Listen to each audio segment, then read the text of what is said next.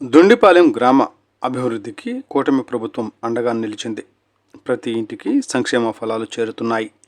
MLA Nakka Anandababu 2 ఏళ్ల నమ్మకం, అభివృద్ధి, సంక్షేమం ఇంటింటి ప్రచార కార్యక్రమంలో భాగంగా ఎమ్మెల్యే ఆనందబాబు చుండూరు మండలంలోని దొండిపాలెం గ్రామంలో ఇంటింటికి వెళ్లి ప్రజలను కలుసుకున్నారు. ఈ సందర్భంగా రాష్ట్ర ప్రభుత్వం గత 2 ఏళ్లలో అమలు చేసిన తల్లికి వందనం, మహిళా శక్తి, అన్నదాత సుఖీభవ, దీపం 2, ఎన్టీఆర్ భరోసా, సూపర్ 6 తదితర సంక్షేమ పథకాల గురించి ప్రజలకు వివరించారు. ఈ కార్యక్రమంలో తెలుగుదేశం పార్టీ నాయకులు, కూటమి నాయకులు అధిక సంఖ్యలో ప్రజలు పాల్గొన్నారు. కుంచె వెంకటేశ్వరరావు, టుడే టీవీ ప్రతినిధి, వేమూరు నియోజకవర్గం. ఉంటున్నాం మీకు అండగా, అది గుర్తుపెట్టుకొని దయచేసి రాబోయే రోజుల్లో ఈ గ్రామ అభివృద్ధి, ఈ మండలం అభివృద్ధి, నియోజక అభివృద్ధి ధ్యేయంగా పనిచేస్తున్నటువంటి మాకు మీరు అండదండగా ఉండండి. మీకు కావాల్సిన మంచి పనులన్నీ కూడా చేపించుకుంటారని చెప్పి ఈ సందర్భంగా తెలియజేస్తూ, ఇంకా కొత్తగా మీరు ఆలోచిస్తుంటే ఒకటే, కొత్త పెన్షన్లు ఇంతవరకు రాలేదని, హౌసింగ్ ఒకటి పెండింగ్ ఉంది. కొత్త పెన్షన్లు కూడా ఒక నెల అటు ఇటుగా కొత్త పెన్షన్లు కూడా అర్హులైన వాళ్ళకి ఇవ్వడానికి ఏర్పాట్లు జరుగుతూ ఉన్నాయని కూడా ఈ సందర్భంగా తెలియజేస్తూ, ఈ అభివృద్ధిలో మీతో వెన్నంటే నడుస్తాం. మీరు కూడా అదేవిధంగా ఆశీర్వదించి మాతో కలిసి నడవాలని చెప్పి సందర్భంగా తెలియజేస్తూ, ఈ 2 సంవత్సరాల విశ్వాసం, నమ్మకం మీరు ఎందుకు వేయాలి అనేది మీరు ఆలోచన చేయండి. మీకు మేము తప్ప ఎవరైనా చేసిన వాళ్ళు ఉన్నారా? ఊళ్ళో కానీ పల్లెలో కానీ ఈ రోడ్ల నిర్మాణం కానీ ఇతరత్ర అభివృద్ధి కార్యక్రమాలు నేను తప్ప మీకు ఆ పార్టీ అధికారంలో ఉన్నప్పుడు ఎవరైనా ఏమైనా చేశారా? చారెడు మట్టి కూడా పోయిన రోడ్ల మీద నాకు తెలిసి ఏ అభివృద్ధి కనీసం అవతల ఆ డ్రైన్ మీద శంకుస్థాపన చేసి సగం కట్టిన వంతెన కూడా కట్టలేపారు, వదిలేశారు. అవును కదా? టెంపుల్ వైపు వెళ్ళేది ఏ కార్యక్రమం కూడా అభివృద్ధి కార్యక్రమం ఆమడ దూరాల్లో పెట్టారు. ఇవాళ రోడ్డు గురించి మీరు అందరూ బాధపడతా ఉన్నారు, ఎదురు చూస్తూ ఉన్నారు, మమ్మల్ని తిట్టుకుంటా ఉన్నారు. ఓకే, తిట్టుకోండి. ఇది ఎన్నికల ముందు 19కి ముందు తీసుకొచ్చాము. ఈ రోడ్డు తీసుకొస్తే సగం వేసిన తర్వాత మా ప్రభుత్వం పోయింది. 5 సంవత్సరాలు నిమ్మకు నీరెత్తినట్లు పనికి మాలిన గదవులు ఇదే రోడ్లో తిరిగాయి కానీ పట్టించుకోవాలా. ఈ రోజు కూడా నేను చెప్తా ఉన్నా, తీసుకున్నటువంటి కాంట్రాక్టర్ కోర్టు పోయి టెక్నికల్ ప్రాబ్లమ్స్ తీసుకొచ్చి అది చేయకుండా వదిలిపెట్టాడు. మిగతా రోడ్లన్నీ పని జరుగుతున్నాయి కానీ అది జరగట్లా. దానికి కారణం గత 5 ఏళ్లలో వాడిని పట్టించుకోకుండా, బిల్లులు ఇవ్వకుండా వాడు కోర్టుకు పోయి దాన్ని పెండింగ్ పెట్టి కూర్చున్నాడు. నేను ఇప్పుడు చెప్తున్నాను మీకు, వారం రోజుల్లో అది రిపేర్లు మొదలుపెట్టి 2 నెలల్లో దాన్ని ఏదో ఒక విధంగా పూర్తి చేయడానికి ప్రయత్నం చేస్తాను. మీకు హామీ నేను ఇవ్వాలని కూడా నాకేం లేదు, కానీ ఇస్తున్నా. హామీ ఒక్కరు చేసేది కూడా ఏం లేదు, కానీ నాకే అంత బాధ ఉంది. కానీ ఎవరు మేము ఆలోచించినంత కమిట్మెంట్గా ఎవరో ఆలోచిస్తారు అనేది మీరు గుర్తుపెట్టుకోండి.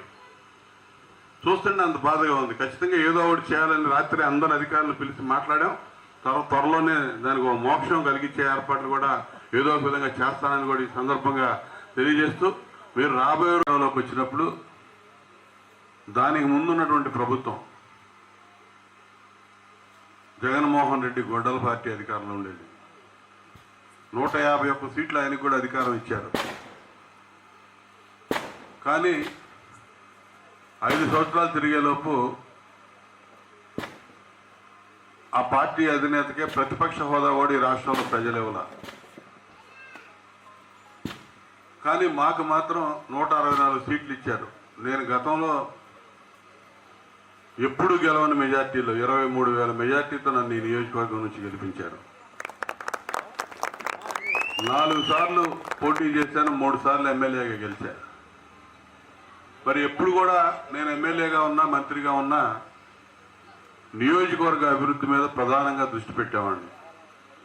ఈ గ్రామంలో నాకు ఓట్లు వేసారా, ఈ గ్రామంలో వేయలేదా అని నేను ఎక్కడ చూడలా. అన్నీ ఒకే రకంగా చూసేవాడిని. దిండిపాలెం గ్రామంలో ఓట్లు రావు నాకు, పక్కన ఎడ్లపల్లిలో బ్రహ్మాండంగా మెజార్టీ వస్తుంది.